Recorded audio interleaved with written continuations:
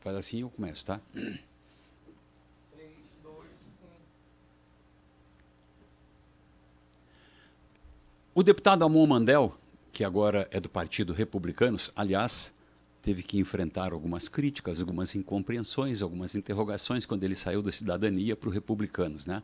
Ele está aqui conosco hoje e conversar com o Amon e não tocar na ferida que ele abriu no meio político com a ideia de acabar com as câmaras de vereadores ou com parte delas e criar uma espécie de conselheiros para não remunerados, em função de que muitas câmaras, muitos municípios não se sustentam, né? E a despesa com as câmaras, isso é verdade, isso é inquestionável, a despesa é muito alta e o resultado nem sempre é o esperado. E tem que começar, Amon, evidentemente. Eu queria abordar alguns assuntos antes e depois a gente vai lá para os vereadores, tá?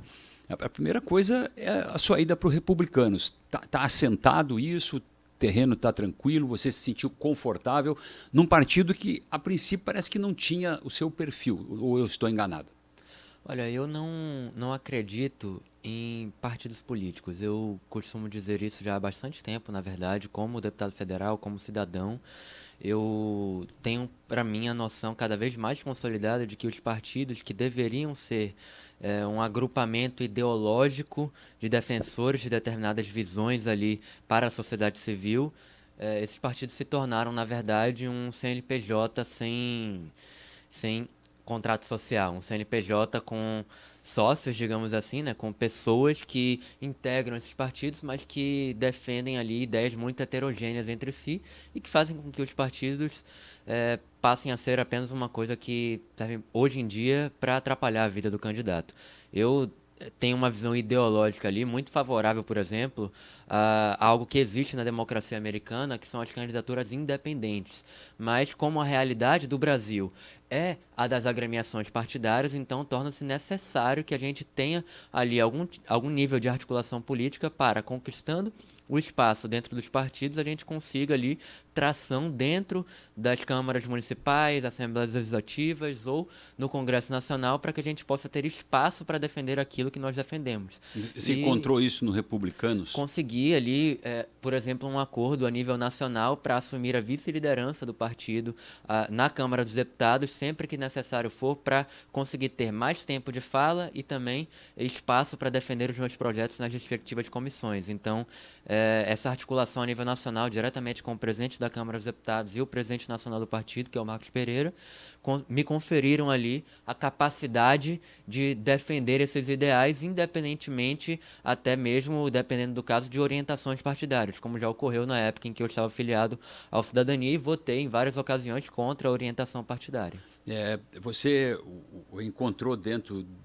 A sua ida para o Republicanos, ela tem um aspecto ideológico, que você acabou de falar disso, muito forte, ou mais por uma circunstância, sem achar que você desrespeita o partido, ou mais por uma circunstância e a possibilidade de crescer a tua imagem, no caso, com essa liderança que você fala? É uma questão pragmática de espaço dentro da Câmara dos Deputados. O Cidadania era um partido pequeno que, muito embora tenha me conferido muitas oportunidades enquanto eu estive filiado, e eu respeito isso e ainda tenho um carinho muito grande para todas as pessoas que me acompanharam no Cidadania, na Câmara dos Deputados, hoje o Republicanos consegue me dar ali mais vagas em comissões, oportunidades de relatorias de projetos e de defesas no próprio plenário da Câmara dos Deputados, espaço de fala, tempo de fala, dentre outras questões que partidos menores acabam não conseguindo prover aos seus parlamentares.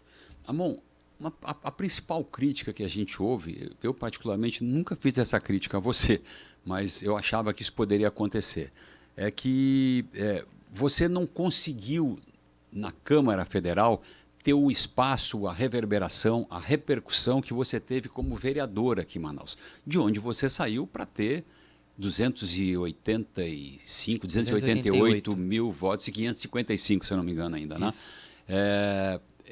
Como é que você vê isso aí? Você percebeu, você admite isso, que foi mais difícil lidar com aquela personalidade de vereador aqui, que estava lá no buraco, que estava lá no lixo, que estava ali na rua o tempo todo, e lá em Brasília a coisa é diferente?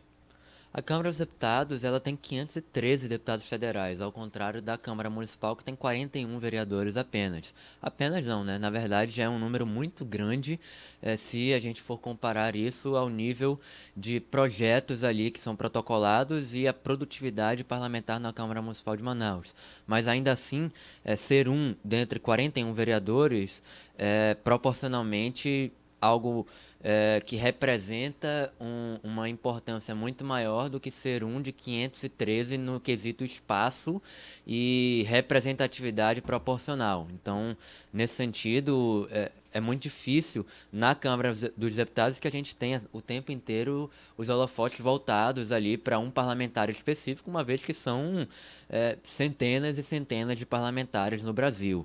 No entanto, a Câmara dos Deputados me permitiu ali, enquanto deputado federal, fazer coisas que eu jamais poderia enquanto vereador na Câmara Municipal de Manaus. Por exemplo, a propositura de uma PEC. Eu, como vereador, não podia propor algo que eu sempre defendi e sempre fui a favor, que é, por exemplo, a redução da quantidade de políticos do nosso país. Então, agora eu estou ali com essa proposta de emenda à Constituição, que está atualmente ali na fase de requerimento de proposta de emenda à Constituição.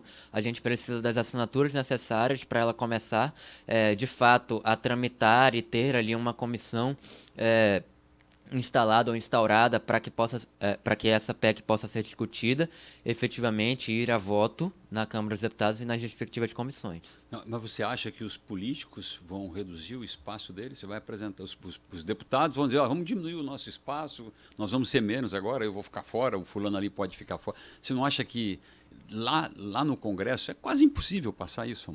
Olha, depende. Muitas coisas que diziam seriam impossíveis acabaram se tornando possíveis através da pressão popular. Existem duas formas de fazer política, Jefferson, no nosso país. Uma delas é fazendo acordos políticos e essas articulações que, em 99% das vezes, não são boas para a população. Quando dois políticos sentam para conversar, geralmente não é algo que a população gostaria de escutar. E você pode fazer política através da pressão política e através da opinião pública, que é o que eu gosto mais de fazer, apresentar com a devida transparência, que a maioria dos políticos não tem, as pautas e as discussões que estão em voga na Câmara dos Deputados para que a população possa ali se posicionar e ajudar a pressionar outros políticos. Com isso a gente consegue sim romper algumas barreiras. É o caso, por exemplo, da PEC ali do fim da escala 6x1, que é uma PEC que politicamente muitos tinham resistência. Você é a Se favor? a gente for do fim da escala 6x1, sim, mas a gente tem que olhar ali os detalhes da PEC que foram protocoladas. Tem uma PEC de 2019 que já tratava do mesmo tema e tem outra PEC agora mais recente que trata disso, só que ela não é só sobre o fim da escala 6x1, e sim sobre o estabelecimento de uma escala 4x3. E aí eu acho que a gente tem que estudar isso para saber em quais segmentos isso é possível e em quais isso não é possível. Na aviação civil, por exemplo, já existem ali questões relacionadas aos acordos internacionais que estabelecem ali as jornadas das tripulações, e contratar mais pessoas poderia ali colocar em risco a atividade das companhias aéreas. No entanto, eu também acredito que nós precisamos dar mais dignidade para os trabalhadores das companhias aéreas, né, para os pilotos, para os comissários de bordo, e discutir o fim da escala 6x1 é algo extremamente necessário no nosso país, porque,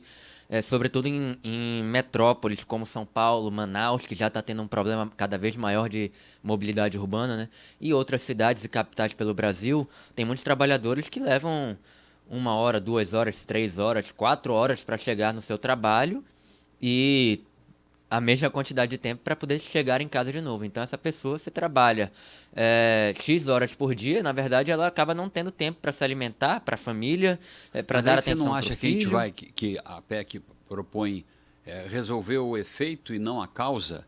Né? Outra coisa, o empresário lá, se andar ali na Zona Leste, qualquer bairro, qualquer rua do comércio do Parque 10, né? Como é que aqueles caras vão fazer na Rua do Comércio que tem 3 funcionários, vai ter que contratar mais 1 ou 2? Como é que vai fazer? Sim, inclusive nós discutimos isso em outra entrevista minha contigo, e eu entendo o ponto de vista do empresário, do empreendedor, que já tem uma alta carga tributária e uma burocracia muito grande e também problemas relacionados à ampla concorrência no nosso país.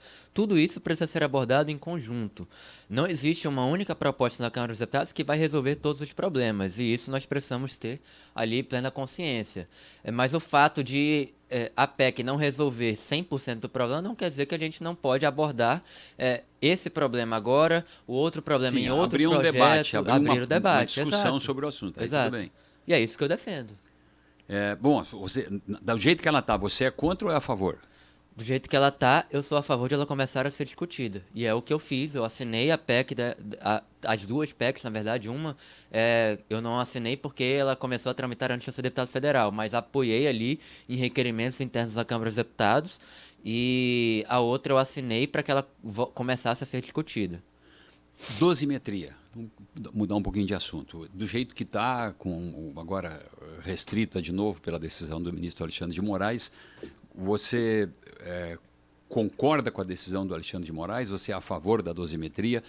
Já começa uma possibilidade de se discutir anistia para passar por cima desse assunto da dosimetria. Qual é a sua visão deste assunto que está na pauta do dia a dia agora? Ao mesmo tempo em que eu sou a favor de nós punirmos todo e qualquer ato de vandalismo ou de atentado às instituições democráticas, eu também sou a favor de princípios do direito penal e processual penal que dizem respeito à individualização das penas, à proporcionalidade das penas em relação aos atos individualizados ali nesses julgamentos. E o julgamento que ocorreu no Supremo Tribunal Federal, ele, do meu ponto de vista técnico, ele atropelou alguns ritos processuais penais que não poderiam ter sido atropelados e que, inclusive, vão de encontro tanto à doutrina do processual penal brasileira, quanto também até a acordos internacionais que dizem respeito ali ao direito que o cidadão tem de ter ali mais de uma instância julgando o seu processo. E as exceções ali que cabem e que levam diretamente processos ao Supremo Tribunal Federal, elas são um rol taxativo na Constituição Federal. Elas dizem respeito única e exclusivamente às autoridades que compõem ali determinadas instituições, como a Câmara dos Deputados e o Senado da República, porque o entendimento é de que essa questão do foro, da prerrogativa de foro, não é uma prerrogativa da autoridade em si da instituição. Então, do ponto de vista constitucional, não cabe que um juiz de primeira instância julgue ali prerrogativas da própria Câmara dos Deputados que estabeleceu ali a Constituição e as leis que esse juiz está julgando. E aí, por isso, um membro dessa instituição, no uso das suas atribuições, seria julgado pelo Supremo Tribunal Federal. Mas não é o caso, certamente, do cidadão comum que participou dos atos, por exemplo, do 8 de janeiro. Então, em razão disso, eu sou a favor da individualização das penas e, sim, até certo ponto, do PL da dosimetria, porque votei ali da forma como votei, tanto na primeira questão, quanto quando ela voltou ali na questão do veto. Eu não estive no dia porque estava doente, pelo mesmo motivo faltei a sua entrevista, né? Mas não concordo com a decisão de Alexandre de Moraes nesse ponto. Você não acha que o Congresso está faltando algum tipo de grandeza ao Congresso? Eu nem acho que seja a questão de afrontar o STF, ou devolver, ou se vingar do STF. Né? Mas, assim, me parece, e essa discussão está posta também, que o Congresso teme o STF, porque grande parte dos congressistas tem um monte de processo lá dentro e fica esse jogo de empurra, né? Faz o que é possível, mas na hora de tomar uma... Por exemplo, a decisão da dosimetria foi aprovada no plenário, foi aprovada por todo o Congresso, Câmara e Senado, né? E um ministro sozinho toma uma decisão que reverte tudo isso, bota isso tudo em banho-maria, na verdade. Você não acha que falta um pouco de força ao Congresso nessa hora? E o que seria a causa disso? A tripartição de poderes, segundo ali a teoria de Montesquieu, ela é necessária para que a gente evite a concentração de poder e que a gente possa dar mais legitimidade ao Estado Democrático de Direito e às instituições democráticas. Então, dentro desse contexto da ciência política, eu me coloco ali como um defensor da distribuição de competência de poderes. Eu acho que é muito poder para uma pessoa só ter ali um único ministro com uma única canetada suspendendo o ato de todo o Congresso Nacional e de centenas de representantes da população brasileira. Ao mesmo tempo, eu não acho que discutir a constitucionalidade das leis que são aprovadas pelo Congresso seria algo completamente absurdo. Mas a gente deveria ter ali uma discussão, no mínimo, por todo o plenário do Supremo Tribunal Federal, e não apenas por um único ministro, né? Amon, agora eu Tem vou projetos voltados lá dentro da Câmara dos Deputados que são justamente para a gente acabar com a decisão monocrática, por acabar exemplo. com determinadas decisões monocráticas relacionadas, por exemplo, à suspensão do efeito de determinadas leis. E eu sou a favor desses projetos porque eu acho que a gente iria tirar essa concentração de poder na mão de um único homem na República Federativa do Brasil. Isso é inadmissível numa democracia. Além do que, ele tem muita sorte, porque toda vez que sorteia um relator, cai E na a mão gente tem que dele. levar em conta o seguinte, não é uma questão aqui ideológica. Tanto as pessoas de esquerda quanto as de direita têm que levar em consideração que quando a gente permite esse tipo de concentração de poder na mão de uma única pessoa, isso pode atender tanto a um lado do espectro político quanto ao outro. Então, se hoje o Alexandre de Hoje está Moraes os dois se debatendo, né? dá decisões contra mais as pessoas que estão no espectro ideológico da direita, amanhã podem ser as pessoas também no espectro ideológico da esquerda, como um dia já foram, na verdade, por exemplo, na questão da discussão da reforma da reforma previdenciária. Então, Alexandre de Moraes já passou ali um perrengue público, uma discussão muito grande com as pessoas da esquerda por conta das suas decisões relacionadas ali, posicionamentos relacionados à questão da reforma previdenciária, e hoje virou ali a moeda e está dando decisões que desagradam a esquerda, a direita. Então, nesse sentido, eu acho que o problema não é a figura do magistrado em si, mas o funcionamento desse sistema, e a gente precisa mudar ele. Agora vamos lá para os vereadores, né? Você falou agora há pouco de representatividade. Qual é a base? Me dê 3 argumentos bem consistentes, e eu acho que tenho certeza que você tem uma ideia disso, para tirar vereadores remunerados, o que, de certa forma, atrai pessoas para se candidatarem a vereador, e colocar, não sei se se chama de conselheiros, não remunerados. E, em tese, quem é que vai para lá? Ninguém vai querer ficar lá 2, 3 horas, 4 horas por dia, 5 vezes por semana, sem remuneração. Como é que eu vou? Eu moro lá no bairro. Eu vou te dar um exemplo aqui, amor. Havia um tempo atrás, e tem outros hoje, eu não quero citar os de agora. O Jorge Maia era um vereador da Alvorada. O Bacelar, que já faleceu, era da Compensa. Eles eram comunitários. Jorge Maia, o que ele fazia? Ele arranjava o caixão quando morria alguém. Ele mandava recolher o lixo quando tinha um monte de lixo, ele arranjava uma cadeira de roda, levava uma pessoa na ambulância para o hospital. Ele tinha um trabalho comunitário, ele era uma pessoa sem cultura, sem nível intelectual, vamos dizer assim. Mas ele tinha um trabalho comunitário e se elegeu. Aquele cara, como tinha um salário de vereador, ele conseguiu levar um mandato, ou 2 mandatos, ou 3 que ele teve lá. Sem isso, como é que ele ia fazer? Como é que você vai sustentar uma pessoa que vai ter que dedicar um tempo da vida dela sem remuneração para representar a população? Como é que você sustenta isso? O seu argumento, ele vem na linha ali de um combate à elitização dos cargos políticos. Quer dizer, o raciocínio por trás, do meu ponto de vista, se uma pessoa não tem salário, então só vai para lá quem já ganhou na vida, e aí a gente não teria uma representatividade das pessoas mais humildes e pessoas mais carentes na nossa sociedade. No entanto, nós temos que considerar um outro quesito desse debate, que é o seguinte. Primeiro, você me pediu ali 3 pontos, então eu vou fundamentar primeiro na ciência política, depois em dados objetivos, que eu acredito que é o que a população pensa, e depois em dados relacionados à produtividade parlamentar. Não necessariamente nessa ordem. Ciência política. Vamos pegar Platão, já era meio contra essa democracia direta, né? Essa representatividade direta. O Aristóteles é que tinha a questão da polis. Pensavam mais numa questão de uma tecnocracia, né? De dar esse poder para as pessoas que têm a capacidade técnica e tudo mais. Mas aí a gente entra num outro embate também, e eu não sou contra a democracia representativa, tá? Mas primeiro vamos lá. Eu discordo do ponto de vista de quem acha que fazer isso seria acabar com a representatividade da população mais humilde e mais carente, porque as pessoas que estão sendo eleitas com esse argumento não estão representando a população mais humilde e mais carente. A gente pode ver ali que no dia a dia, numa eleição, a população ela não tem escolhido os seus representantes de acordo com o que eles efetivamente defendem, sim, com base num raciocínio de não, nenhum presta, então vamos escolher esse daqui, porque esse daqui pelo menos está ajudando a gente com a cesta básica. A população, a cada eleição, ela tem uma quebra de confiança cada vez maior, uma desconfiança cada vez maior em relação aos candidatos, em relação aos políticos. E isso se deve à deficiência funcional e estrutural que o nosso sistema tem hoje de representatividade e de trabalho. E como é que você vai escolher uma pessoa? Então, se não for... Aí eu vou desenhar esse argumento aqui naqueles 3 pontos que eu falei que eu iria fundamentar, tá? O primeiro deles é o seguinte, do ponto de vista da ciência política, o representante não seria necessariamente aquele que está sendo lá, e sim... Desculpa. Não, sem problema. Ainda estava coçando a garganta Sem quando estava problema. condicionado.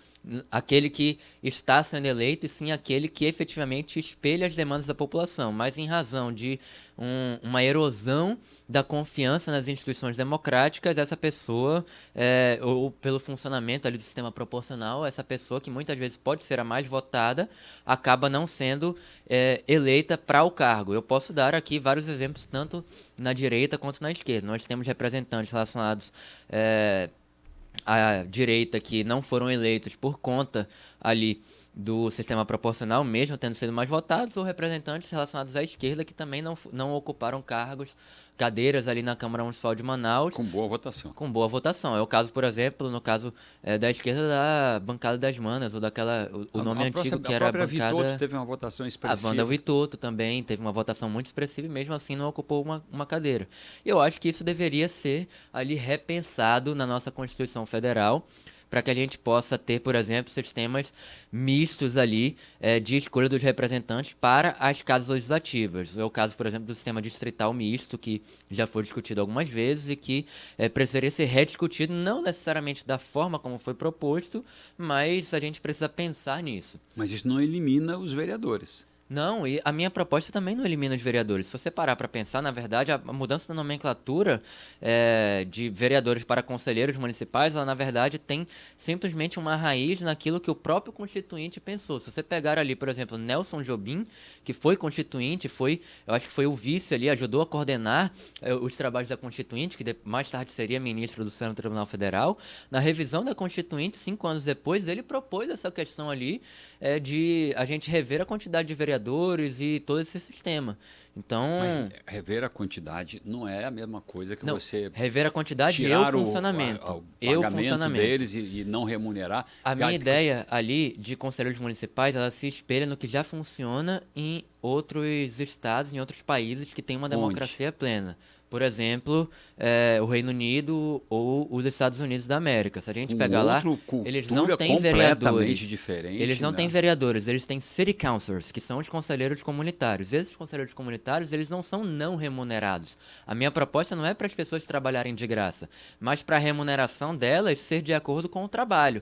Hoje o que nós temos são vereadores que estão lá na Câmara Municipal recebendo por um trabalho que não é efetivamente prestado para a população da cidade de Manaus. Concordo com você quando você a remuneração fica indignado com o cara que não está proporcional ao cumprindo. serviço que está sendo prestado, uma ajuda de custos que tem que ser proporcional à quantidade de sessões e não apenas às sessões, porque o trabalho não deve se limitar só a votações, porque senão a gente vai ter vereadores se dedicando ali para várias e várias sessões de segunda a sexta, votando mais e mais projetos inúteis, como já acontece hoje em dia. Projetos dias municipais, medalhas, datas comemorativas e títulos honoríficos, enfim. Chega no fim do ano, o cara diz, eu apresentei tantas proposituras, e nada que prestava. E produtividade legislativa não é só número. Eu tenho uma das maiores produtividades na Câmara dos Deputados, mas nenhum projeto é para ficar dando título honorífico ou coisa do tipo. São projetos que eu entendo que são úteis. Então, a minha ideia ali para mudar a Constituição é para que a gente possa ter uma remuneração mais adequada e, ao mesmo tempo, reduzir ali a quantidade de políticos que nós temos. Hoje, uma cidade com menos do que 30 mil habitantes, e talvez isso mude de 30 para 60 na PEC, isso está sendo discutido com outros deputados federais que vão assinar em coautoria esse requerimento, né? O meu entendimento é de que cidades com menos do que 30 mil habitantes, que tem 9 vereadores, tem muitos vereadores para um serviço que não é efetivamente prestado muitas vezes. Então, esse dinheiro poderia muitas vezes estar indo para a saúde, para a educação, dentre outras questões, e acaba indo não apenas para os vereadores em si, mas para custear uma estrutura que não se justifica. Se supostamente as câmaras municipais elas são ali a câmara de eco da população, por que a gente não está vendo de fato os vereadores fiscalizando os buracos, fiscalizando a falta de infraestrutura, a falta de medicamentos e assim por diante? Porque na prática os poucos vereadores que tem, eles vivem numa estrutura que ela é feita, ela foi desenhada de maneira que privilegia a pessoa que se dobra às vontades do executivo municipal. Ou seja, o vereador que efetivamente faz o seu trabalho de fiscalizar, ele é excluído tanto dentro da Câmara Municipal quanto por parte da administração, e aquele que se vende, aquele que se dobra às vontades de muitos prefeitos por aí, acaba sendo privilegiado e não exerce o seu papel da forma como deveria. Ao mesmo tempo, nós precisamos ter ali uma defesa das minorias nos parlamentos, ou seja, uma defesa para que aquele que quer ser oposição possa efetivar o seu trabalho de fiscalizador sem que ele sofra uma perseguição que inviabilize o seu mandato, e também evitar que os próprios prefeitos também virem reféns de câmaras municipais. Esse ciclo vicioso acaba prejudicando os prefeitos que não conseguem ali executar as suas propostas de campanha porque tem que atender politicamente interesses ali de vereadores e de vereadoras que querem fiscalizar e também não conseguem porque eles são completamente atropelados pelos respectivos prefeitos. Mas então, isso não vai é um acontecer sistema que é feito para não no outro funcionar. sistema, na ideia que você propõe. Como é que vai evitar isso tem que ser discutido na Câmara dos Deputados, e é por isso que eu estou propondo uma PEC, uma proposta de emenda à Constituição, para que a gente possa, numa comissão especial, discutir essa PEC e tentar um novo modelo. O que eu sei é que, da forma como está, não dá para funcionar. Você repetiria o que você disse? Os vereadores são os Com merdas. certeza, porque você repete essa isso. frase... Você é candidato a deputado federal, você não tem apoio de vereadores no interior? Jefferson, eu fui vereador e eu vi por dentro ali como funciona uma Câmara Municipal de Manaus. Mas eu não é um cheguei pouco lá de força sendo demais nessa um idealista, como um idealista que acreditava que poderia começar a mudar a cidade que eu vivo como vereador. E eu vi que é impossível um vereador da base exercer o seu trabalho de fiscalização, porque o resto da base não deixa, e um vereador da oposição... Eu entendo a sua indignação. Só que eu achei assim, você pegou um pouco pesado. Eu entendo a tua indignação e eu concordo. Por quê? Porque não dá para fiscalizar, porque você, quando é 1% que quer trabalhar, os outros 99% não deixam. Então, o sistema está falido, o sistema foi feito para não funcionar, os prefeitos não trabalham porque câmaras municipais não deixam, e as câmaras municipais não trabalham porque prefeitos não deixam. Isso precisa mudar para ontem. E a população é quem sempre toma no centro, né? Porque fica lá, direita e esquerda debatendo, Câmara Municipal e Prefeitura, um jogando a responsabilidade pro outro, mas o medicamento continua faltando, o buraco continua lá, aqui na Djalma Batista, matando as pessoas, sofrível. O transporte continua sofrido e tudo continua uma merda. Então, do ponto de vista da população, sim, vereador e merda continua sendo a mesma coisa. Por quê? Porque o sistema não funciona da forma como deveria, porque vereadores que querem trabalhar não conseguem porque os outros não deixam, e porque o sistema foi feito para não funcionar, e eu quero mudar isso. Tá, gente, o tempo acabou aqui, esse assunto dava para render bastante. Eu vou repetir o que eu disse aqui, eu concordo com a crítica, com a indignação que você tem. Eu acho, é uma opinião pessoal minha, que talvez você tenha pegado um pouco pesado, mas é um jeito de falar. Eu sou a favor da ampla liberdade de expressão. Se a gente não chamar a atenção para o tema, isso nunca teria sido debatido se não fosse por essa frase, por exemplo. Eu concordo com esse aspecto. Mas é um assunto que dá para discutir mais um pouquinho lá na frente, quando a gente voltar com o meio-dia. Daqui a uma semana você estará conosco de novo. Eu gosto muito de conversar com você e quando faço as perguntas um pouquinho mais apimentadas, você sempre respondeu. Obrigado, Amon, por estar com a gente. Eu gosto muito desses debates, Jefferson. Muito obrigado pelas suas perguntas, sempre muito bem colocadas.